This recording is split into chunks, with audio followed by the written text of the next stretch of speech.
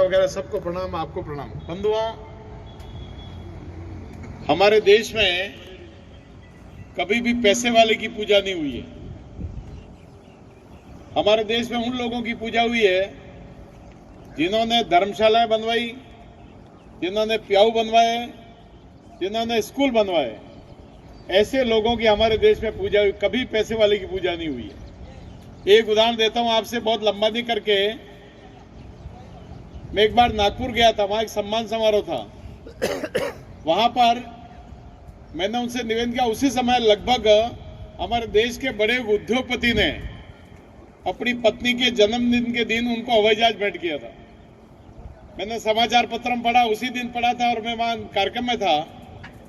एक तो वो उद्योगपति है, एक दूसरे उद्योगपति वो है जिन्होंने हमारे देश में बिरला मंदिर, बिरला धर्मशाला, आदरणीय कैलाश जी भाई साहब, बिरला मंदिर, बिरला धर्मशाला और बिरला गार्डन ये पूरे देश में बड़े शहरों में बनाए हैं।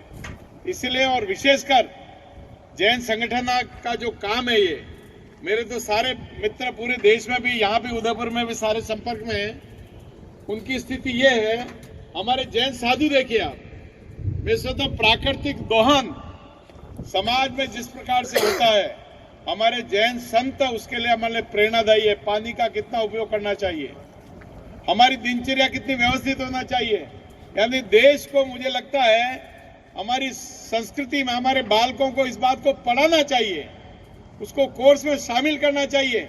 जैन समाज के जो सिद्धांत है उनको, और सेवा के कार्य में जैन समाज के कितने प्रतिशत देश में लोग हैं, परंतु उसके बाद भी जहां आप जाएंगे सेवा के काम अधिकतम। हमारे दिनेश जी भाई साहब कावड़िया ने, जैसे ही कोरोना प्रारंभ हुआ, आपको आश्चर्य होगा, इन्होंने 18 लाख रुपए लगा करके और गांव में एक ऐसी व्यवस्था की सब जगह कि भाई सब को सुविधा मिल जाए, रोटी की व्यवस्था हो जाए सबके, तुरंत ही बिना ही कहे। जैसे लंपी रोग आया, लंपी रोग में भी इन्होंने बहुत बड़ा सहयोग किया। ऐसे अनेक दानदाता हमारे यहाँ मंच पर विराजमान है। हमारे अनेक लोग ऐसे हैं जो इस कार्य को कर रहे हैं। मैं कलेक्टर साहब का आभार व्यक्त करता हूं, जिन्होंने हमारे 87 बीघा जमीन, जो फतेहनगर की 50 साल पुरानी समस्या थी, यानी कि 1957 में वल्लभ नगर एसडीओ ने पट्टे दिए, फिर 62 में सनवार नगर पालिका बनी, उन्होंने पट्टे दिए, उनके पास रसीद है उसकी। उसके बाद भी सरकारी खाते में, यानी पूरा फतेहनगर का मार्केट अवैध है सरकारी खाते में।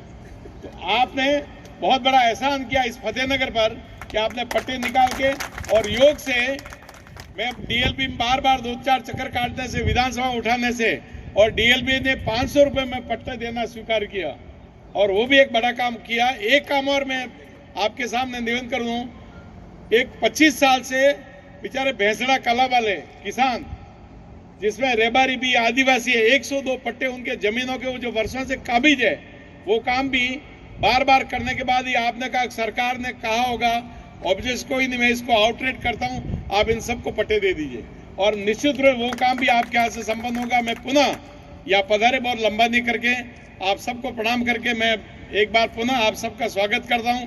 बाहर से अतिथि पधारे राजकुमार जी, उनकी पूरी टीम, इनका बहुत बहुत आभार, बहुत बहुत धन्यवाद, नमस्कार।